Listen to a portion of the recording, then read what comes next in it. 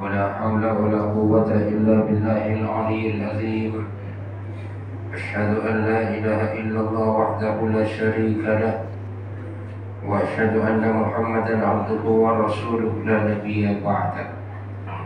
اللهم صل وسلم وبارك على سيدنا محمد اللهم صل وسلم عليه وعلى آله وصحبه أجمعين. أما بعد. Yang kami hormati para ulama, para ustaz, wabil khusus DKM Mushola Syafaat, orang tua kita Bapak Haji Saman, orang tua kita yang telah memimpin sholat subuh berjamaah. Mudah-mudahan beliau diberikan kesehatan selalu oleh Allah Subhanahu wa Ta'ala. Amin. Dan sholat subuh kita diterima oleh Allah Subhanahu wa Ta'ala. Amin. Yang kami hormati juga Ketua Umum Barokah Subuh Bapak Haji Iwan Purnama SIMM. Yang kami hormati juga Ustaz Ofan Effendi. Yang kami hormati Ketua Paguyuban Masjid Mushola Makassar Bapak Suismo. Hadirin hadirat, bapak-bapak, ibu-ibu yang dimuliakan Allah Subhanahu wa Ta'ala. Amin. Alhamdulillah, Allah Subhanahu wa Ta'ala masih memberikan kesempatan kepada kita, masih memberikan kekuatan kepada kita, masih memberikan kemudahan kepada kita, sehingga saat ini kita masih bisa melaksanakan sholat subuh secara berjamaah. Kita lanjutkan dengan acara silaturahmi Barokah Subuh Kelurahan Makassar. Ini semata-mata karena hidayah dan kekuatan daripada Allah Subhanahu wa Ta'ala. Amin. Maka mudah-mudahan seluruh ibadah yang dilakukan diterima oleh Allah Subhanahu wa Ta'ala. Tanda keburukan, tanda-tanda orang itu akan celaka, yaitu ada 3 perkara. Apa saja? Yang pertama, dia mempunyai ilmu tapi tidak bisa mengamalkan ilmunya. Ini merupakan tanda keburukan. Dia tahu ilmunya tapi tidak bisa mengamalkan. Artinya apa? Ilmu yang ada dalam dirinya ilmu yang tidak manfaat. Karena ilmu yang manfaat ini adalah ilmu yang bisa kita amalkan dan ilmu yang bisa kita sampaikan. Itu tandanya ilmu yang manfaat. Contoh ini, ada orang belajar masak, ilmunya si pintar, cuma nggak pernah masak, berarti ilmu yang semacam ini nggak bermanfaat. Ada orang sebenarnya nggak ahli banget dia masak, bahkan kadang-kadang masak yang seharusnya ngasih garam gula itu dikasih. Tapi dia rajin masak, berarti ilmunya walaupun sedikit akan bermanfaat. Itulah ibaratnya saudara, bahwasanya orang-orang yang ada keburukan di dalam dirinya, tanda-tanda keburukan, dia punya ilmu tapi nggak bisa amal. Dia tahu minum tangan kiri dilarang oleh Rasulullah SAW, tapi minumnya tetap tangan kiri. Dia tahu bahwasanya makan sambil berdiri dilarang, tapi tetap melaksanakan. Dia tahu bagaimana amalan agama, dia tahu bagaimana sunnah Rasulullah SAW, tapi tidak diwujudkan dalam kehidupan. Nah, kalau ada tanda-tanda yang semacam itu, berarti ada tanda-tanda keburukan di dalam diri seseorang. Makanya mudah-mudahan semua ilmu yang kita dapatkan Allah berikan kemudahan kepada kita untuk mengamalkan dalam kehidupan kita, agar supaya kita bukan termasuk golongan daripada orang-orang yang ditimpa daripada yang namanya keburukan. Hadirin yang dimuliakan Allah Subhanahu wa Ta'ala. Pada dasarnya saudara, setiap manusia ingin menjadi orang taat. Setiap orang yang beriman kepingin melaksanakan istiqomah berjamaah ke masjid, kepingin juga istiqomah baca Quran, kepingin istiqomah berzikir, kepingin istiqomah jelis taklim. Cuma yang jadi masalah saudara, kadang-kadang nggak ada kekuatan. Kenapa? Karena mengamalkan agama saudara ini merupakan perlu kekuatan daripada iman, bukan karena kebolehan. Kalau karena kebolehan, boleh jadi orang kaya yang paling taat kepada Allah. Kenapa dia kaya? Kalau karena kebolehan, boleh jadi orang yang sehat yang paling taat. Karena mengamalkan agama bukan karena kebolehan, saudara, maka ini kadang-kadang ada orang kaya taat kepada Allah. Ada kadang-kadang orang kaya tidak taat kepada Allah. Ada kadang-kadang orang miskin taat kepada Allah. Ada juga kadang-kadang orang miskin gak taat kepada Allah Subhanahu wa Ta'ala. Ada nggak kira-kira orang miskin gak sholat? Ada, Pak. Kenapa? Kekuatan iman, saudara. Padahal kalau kita mau sadar, orang miskin yang taat kepada Allah jauh lebih cepat masuk surga daripada orang kaya yang taat. Misalnya ada dua orang nih, yang satu kaya banget, yang satu miskin banget.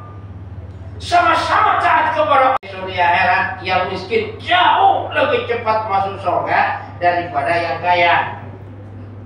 Kenapa? Yang kaya masih ditanya macam-macam. Dari mana kau dapatkan harta? Kemana kau belanjakan? Yang miskin ditanya apa? Gak ditanya macam-macam. Kenapa? Ditanya harta, dia gak punya harta. Ditanya punya motor, pernah punya 3 bulan gak bisa bayar, ditarik oleh kolektor. Alat masak punya warisan dari mertua, kagak bisa beli-beli.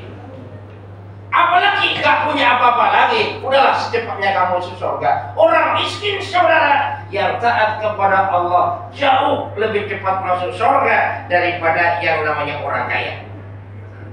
Begitu juga orang miskin yang gak taat kepada Allah lebih cepat masuk neraka daripada orang kaya yang gak taat kepada Allah Subhanahu wa Ta'ala.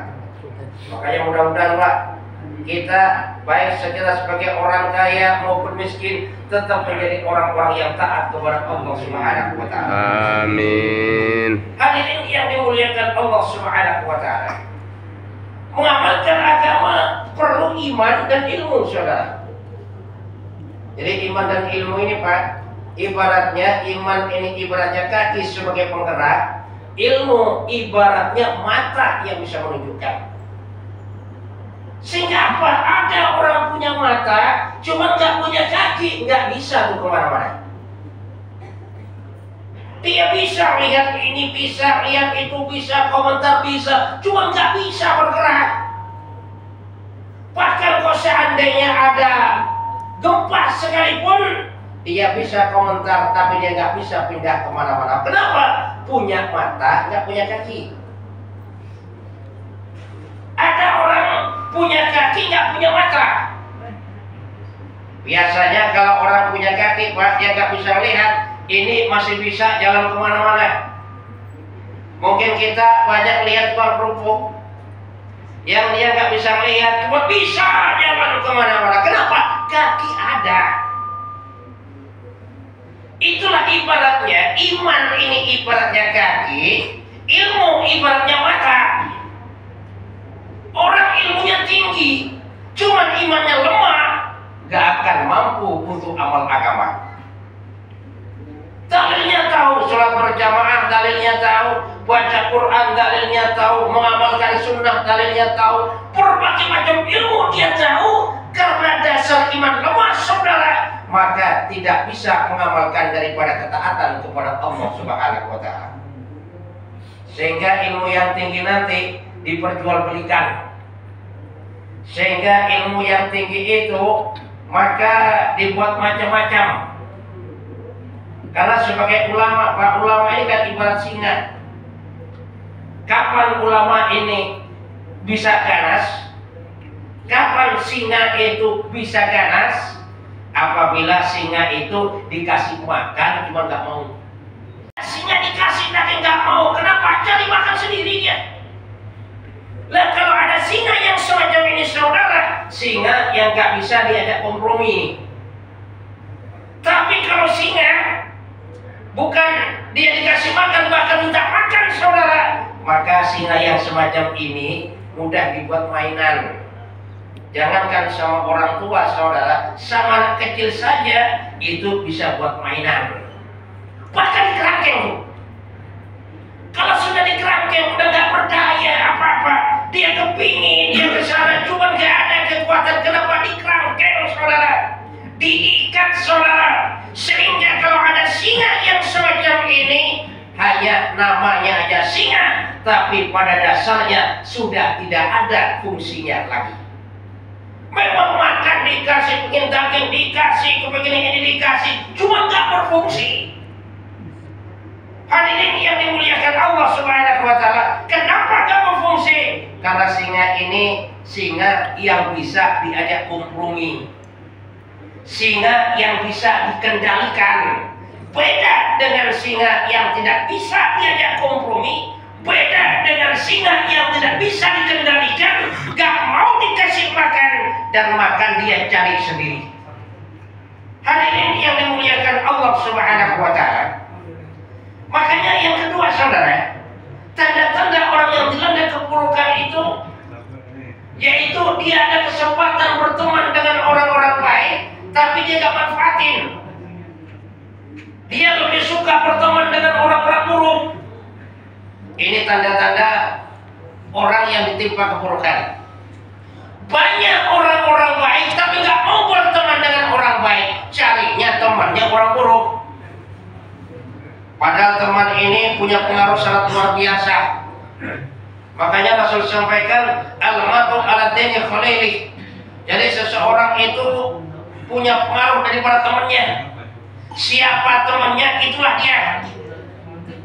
Suatu contoh saudara, misalnya ada orang nggak jualan terasi, tapi teman-temannya penjual terasi, maka suatu saat bau terasi.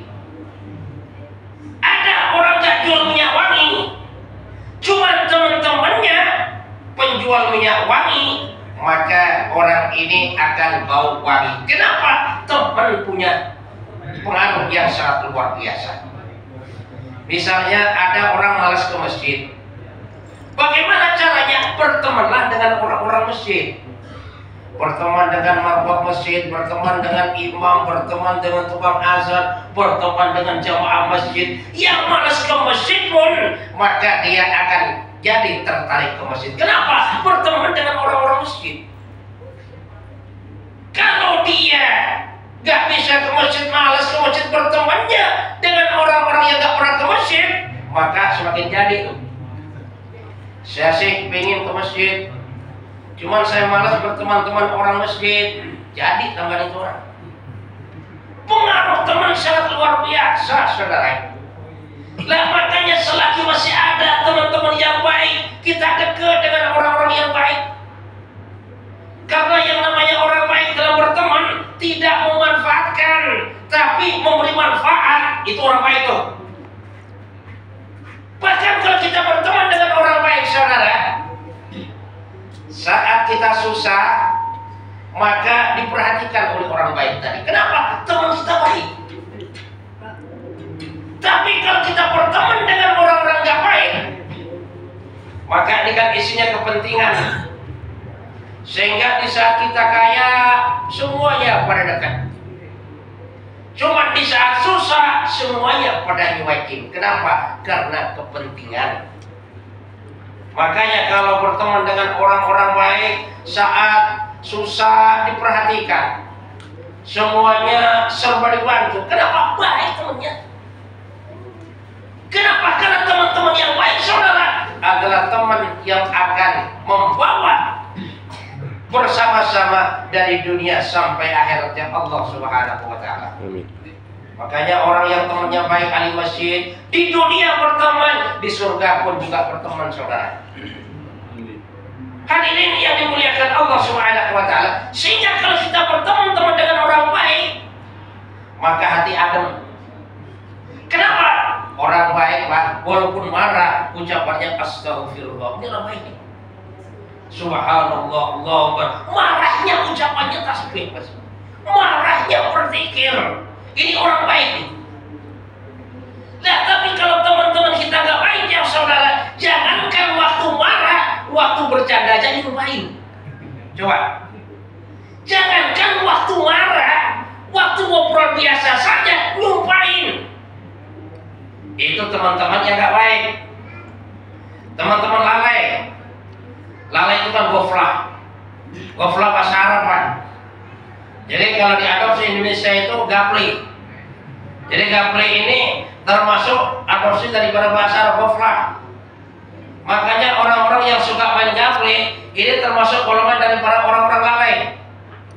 Alhamdulillah di sini nggak ada yang suka main gaple di sini. Orang yang suka lalai main gaple, saudara, paling setidaknya ada 3 hal yang itu disia-siakan. Apa? Yang pertama tenaganya. Coba dah. Gaple itu berapa sih beratnya? Cuman kalau sudah mau banting, Pak, kayak mau ngangkat barang 5 kilo tuh. Gak ada ceritanya main gaple ditaruh itu kan. Dibanting sekuat-kuatnya, itu tenaga yang sia-sia. Yang kedua, yang disia-siakan ucapannya. Kayaknya belum ada deh ceritanya orang main gaple dengan ucapan subhanallah, banting itu kartu. Allahu Akbar, banting itu kartu. Yang ada nyumpahin. Orang hidup disumpahin cepat mati gitu. Yang ketiga, yang sia-sia waktunya. Yang seharusnya tidur malam begadang dia. Sehingga tidurnya sudah menjelang pagi subuh kagak sholat. Sehingga dia bangun tidur gak ada makanan, marah-marah sama bini. Padahal belanja belum ngasih. Hadirin yang dimuliakan Allah Subhanahu wa taala, maka teman saudara punya pengaruh yang sangat luar biasa. Alhamdulillah kita bisa berteman dengan orang-orang baik. Siapa orang-orang baik secara zahir, saudara? Orang yang ahli masjid, orang ahli mushola, majelis taklim, dia datang di pertemuan agama, dia datang di perkumpulan agama. Ini tanda-tanda orang baik. Allah kerja sudah mapan kembali, lupa lagi ke masjid. Ada nggak orang seperti ini? Ada. Ternyata orang yang seperti ini, saudara, bukan hanya sekarang saja, dari zaman dulu sudah ada. Bahkan sahabat Nabi pun juga ada. Siapa sahabat, saudara? Sahabat Nabi yang dimana pada saat itu sahabat ini orang miskin banget. Jadi miskin udah pakai banget, saudara. Sampai akhirnya suatu ketika ditegur oleh Rasulullah SAW. Kenapa? Karena setiap habis sholat langsung kabur tuh sahabat. Ada nggak orang sholat langsung kabur? Nggak ada. Maka sama Rasul ditegur, wahai sahabat. Kalau bahasa kita ini saya lihat kamu habis salam atas jalan nih. Kamu zikir gak pernah saya lihat. Istighfar gak pernah, doa gak pernah. Kenapa? Apa yang terjadi dengan kamu sahabat? Maka jawab sahabat, ya Rasul, bukan saya nggak suka zikir ya Rasul. Bukan saya nggak mau istighfar, mau ya Rasul. Cuman permasalahannya, kalau saya lagi sholat di masjid ini ya Rasul, istri saya di rumah dalam keadaan tidak berpakaian ya Rasul. Saya pulang cepat-cepat untuk gantian pakaian dengan istri saya akan melaksanakan sholat. Ya darah ya Rasul, ini mumpung Rasul buka pembicaraan, kalau gitu doakan ya Rasul saya jadi orang kaya. Nanti kalau saya jadi orang kaya, beres ya Rasul. Semuanya saya bangun, masjid saya bangun, orang miskin saya santuin, janda-janda saya kasih duit yang banyak, apalagi yang mudah. Misalnya, kata Rasul apa? Sahabat, kamu miskin itu lebih baik daripada kamu kaya. Pulang deh sahabat. Kedua kalinya jawaban yang sama. Ketiga kalinya dikabulkan oleh Rasulullah SAW, didoakan menjadi orang kaya dan dibekali satu kambing yang sudah bunting.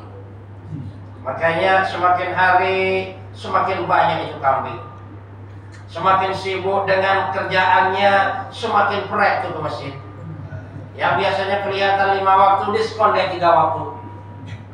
Dari 3 waktu diskon dari cuma 1 waktu. Yang akhirnya setelah kaya minta diskon 100% nggak ke masjid, saudara. Sampai akhirnya diminta zakat pun nggak bayar, itu sahabat. Jadi ternyata hal yang semacam ini, saudara, bukan hanya zaman sekarang, zaman dulu pun sama, ada orang yang semacam itu. Tunduk kepada Allah Subhanahu wa taala. Maka mudah-mudahan kita dihindarkan oleh Allah Subhanahu wa taala dengan hal-hal yang demikian, saudara. Mudah-mudahan dalam keadaan miskin kita taat, dalam keadaan taat ada maunya. Sehingga apa? Sehingga kalau orang sudah ibadah bukan karena Allah, ibadah bukan karena ria, maka orang yang semacam ini Pak akan mudah kecewa. Bahkan akan mudah nyesel ibadah, menyesal. Kenapa? Ibadahnya bukan karena Allah, karena ria. Contoh sederhana gini, misalnya ada anak muda ngincer anaknya pengurus masjid, misalnya, maka dia coba dah sebelum adzan udah ke masjid dia. Dengan harapan apa? Dilihat oleh calon mertua. Udah pakaiannya bagus, baca Quran dikencengin karena memang dasar baca Qurannya bagus, sholatnya paling depan, bahkan sebenarnya mau jadi imam cuma nggak dikasih oleh imamnya. Supaya apa? Dilihat oleh calon mertua. Sudah dandan rapi, penampilan oke, baca Quran dikencengin, nggak taunya calon mertuanya kagak ke masjid. Nyesel banget tuh. Apa semangat hari ini? Kenapa? Pengennya dilihat calon mertua maka gak ada sekarang. Sehingga apa saudara? Ibadahnya ini nyesel dia karena tidak ikhlas kepada Allah Subhanahu wa taala. Makanya orang yang ada tanda-tanda keburukan di dalam dirinya, ada kesempatan dia untuk beribadah, tapi dia jauh daripada Allah Subhanahu wa taala.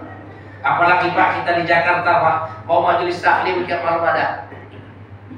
Bahkan siang majelis taklim banyak di Jakarta. Mau sholat 5 waktu banyak di Jakarta. Mau apa saja banyak di Jakarta. Artinya apa? Kita hidup di Jakarta ini rahmat Allah. Mudah kita mau ibadah kepada Allah, mudah mau majelis taklim, mudah kita makmurkan masjid, mudah sholat berjamaah. Cuman yang terjadi saudara, dan kadang-kadang banyak orang yang tidak mau untuk melaksanakan ibadah kepada Allah Subhanahu wa taala. Padahal Pak, kalau kita di kampung Pak, repot urusan. Ini ada satu teman di Jakarta, ahli masjid, pulang kampung, dia telepon bahwasanya di kampungnya mau sholat berjamaah susah. Ada Syekh Farid dan Isa, cuma anak kecil itu doang. Orang tuanya kagak ada dah, padahal udah pada di rumah. Majelis taklim 2 minggu sekali jauh katanya. Akhirnya dia balik ke Jakarta lagi. Kenapa? Karena nggak betah di kampung, susah mau ibadah. Lah, tapi kalau orang udah sekalian nggak ibadah di Jakarta, pulang kampung yang semacam itu aman Pak. Kenapa? Enak di sini. Gak ada apa yang ngajak-ngajak sholat, gak ada ngajak majelis taklim. Kalau di Jakarta kadang-kadang ada orang yang ngajak sholat, ngajak anu yang macam-macam. Dia merasa lebih aman nih. Lah makanya dalam kehidupan kita ini, marilah sama-sama kita tingkatkan ibadah kepada Allah. Kenapa? Karena kita hidup di dunia sifatnya sementara. Kita jadi orang kaya sementara, jadi orang miskin sementara, jadi apapun sementara. Yang suatu saat saudara pasti kita akan dipanggil oleh Allah Subhanahu wa taala menghadap Allah Subhanahu wa taala untuk selamanya. Makanya mudah-mudahan Allah Subhanahu wa taala berikan kepahaman kepada kita sehingga semakin hari semakin taat kepada Allah Subhanahu wa taala. Mudah-mudahan Allah Subhanahu wa taala perbaiki akhlak kita. Amin. Jadi kita sebagai suami yang masih belum baik kepada istri, mudah-mudahan kita diperbaiki akhlak kita oleh Allah kepada istri kita. Amin ya Allah. Kenapa istri kita itu sangat luar biasa Pak. Kerjanya berat istri. Bahkan saya bakal ditukar, istri di luar saya di rumah, mendingan saya di luar nah. Berat. Makanya orang yang bilang istri saya nganggur di rumah, bunyi kurang ajar suami. Coba bayangkan, bilang istrinya nganggur di rumah. Istri itu berat, maka kalau nggak ada istri Pak 3 hari pakai pecah itu rumah, kayak kapal pecah itu rumah. Jadi istri itu berat banget tugasnya, cuman sabar. Makanya mudah-mudahan kita ini sebagai suami yang masih belum baik akhlak kita kepada istri kita, mudah-mudahan dirubah oleh Allah menjadi suami yang akhlaknya baik kepada istri. Amin ya Allah. Maka begitu juga mudah-mudahan ibu-ibu yang menjadi istri yang sering ngomel sama suaminya, yang nggak syukur sama suaminya, mudah-mudahan dijadikan oleh Allah Subhanahu wa taala wanita salehah yang selalu taat kepada Allah, taat juga kepada suaminya, yang sabar dengan adanya pemberian daripada suami. Mudah-mudahan anak-anak kita menjadi anak yang soleh dan soleha. Amin. Rajin beribadah, menjaga daripada perintah Allah Subhanahu wa taala. Karena anak kita ini merupakan aset kita dari dunia sampai akhiratnya Allah Subhanahu wa taala. Dan mudah-mudahan kita semuanya, keluarga kita, bahkan umat seluruh alam ini meninggalnya husnul khatimah, selamat daripada api neraka dan masuk surga tanpa dihisab oleh Allah Subhanahu wa taala. Subhanakallah wa bihamdika asyhadu an la ilaha illa anta astaghfiruka wa atubu ilaik. Wassalamualaikum warahmatullahi wabarakatuh. Mudah-mudahan kita umur sehat yang sama kami juga dari ada Bapak RT 02 Bapak Haji Syariatul umur sehat, dan juga Bapak Ranger yang saya tidak sebutkan persatu, tidak mengurangi hormat dan azimat. Pertama diutamakan ucapan puji syukur kepada Allah Ta'ala berkat min kulli suri wa ma'ruf wa salah asy-sya'ni zahiran wa batinan dafi'atan li kulli syarrin wa jalibatan li kulli khairin lana wa li walidina wa li akhwanina wa li masyayikina wa li mu'minina wal muslimina wal muslimat ila hadratin nabi Muhammadin sallallahu alaihi wasallam. Al-Fatihah. A'udzu billahi minasyaitonir rajim. Bismillahirrahmanirrahim. Alhamdulillahi rabbil alamin arrahmanir rahim maliki yaumiddin. Iyyaka na'budu wa iyyaka nasta'in ihdinas siratal mustaqim siratal ladzina an'amta 'alaihim ghairil maghdubi 'alaihim waladdallin. Alhamdulillahi rabbil alamin. Allahumma salli ala sayyidina Muhammadin tibbil qulubi wa dawaiha wa afiyatil abdan wa shifaiha wa nuril absar wa diyaiha wa ala alihi wa sahbihi wa sallim. Allahumma ij'al jam'ana hadha jam'an marhuma wa tafarruqana min ba'dihi tafarruqan ma'suma wa la taj'alillahumma fina wa la minna wa la ma'ana syaqiyyan wa la mahruma wa la matruda. Allahumma hdina bihuda waj'alna mimman yusari'u fi ridha wa la tuwallina waliyan siwak wa la taj'alna mimman khalafa amraka wa 'asa. Wa hasbunallahu wa ni'mal wakeel. La haula wa la quwwata illa billahil 'aliyyil 'azim. Allahumma kama barakta fi syahri Rajab barik lana fi Sya'ban wa ballighna Ramadan.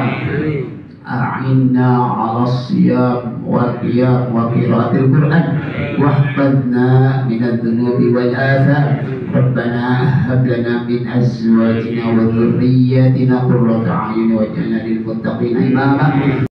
Juga nih, Bu.